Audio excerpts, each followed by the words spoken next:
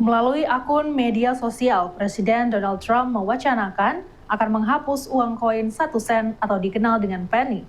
Trump beralasan uang 1 sen sudah jarang digunakan dan sebagai bagian dari rencana efisiensi anggaran. Rencana ini mendapat pro dan juga kontra dari berbagai kalangan.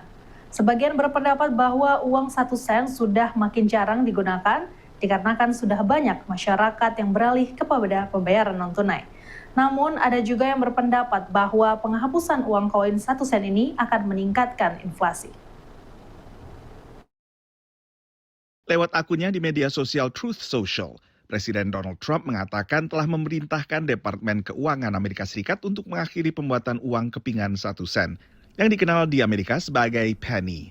Alasannya untuk efisiensi anggaran.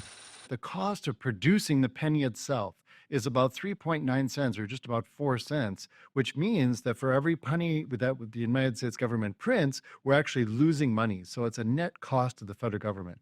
This is what President Trump wants to eliminate. He wants to implement cost savings to the government by eliminating the penny from circulation. Akibat inflasi, nilai 1 sen menjadi semakin tak bermakna. Selain itu, pola belanja warga terus bergeser. We rely less and less on cash as now we're moving to a cashless society. People use credit cards or debit cards and so on. So the penny is actually not being used as much because we've moved away from cash. So it doesn't make as much sense to keep the penny around if it's not really serving a function. Proposal mengakhiri pembuatan uang logam 1 sen menuai beragam respons. Ada yang setuju karena jarang menggunakan pecahan 1 sen, ada juga yang keberatan. It's not necessary we need a change for work. Quarters and pennies, everything. Since there are tax we have to include, most of the price usually winds up with, let's say, 106 or 107, and then we have to deal with the pennies.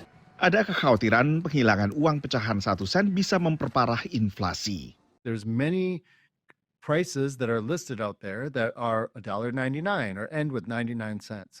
These prices will now be rounded up to the nearest dollar, which means that most customers will end up paying 1 penny more than they were before, which in effect raises prices for consumers.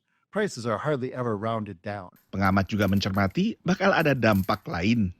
Another interesting cost is that this increases the demand for the nickel, and the nickel actually costs a lot more to produce than the penny. It's almost 14 cents per nickel produced. So as we increase our reliance on nickels, because they're going to be the smallest unit, it actually is going to increase costs for the government. So it's really not clear how much cost savings the government will realize by eliminating the penny. Koin 1 sen di Amerika Serikat dibuat dari bahan seng dicampur dengan tembaga dan sempat ada wacana untuk mengganti bahan bakunya agar bisa lebih ekonomis.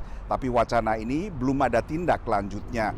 Sementara itu Amerika Serikat bisa belajar dari pengalaman negara-negara lain yang telah lebih dulu menghilangkan uang pecahan 1 sennya, termasuk Australia, Kanada, dan juga Selandia Baru. Dari Washington DC, saya Nova Purwadi dan tim VOA.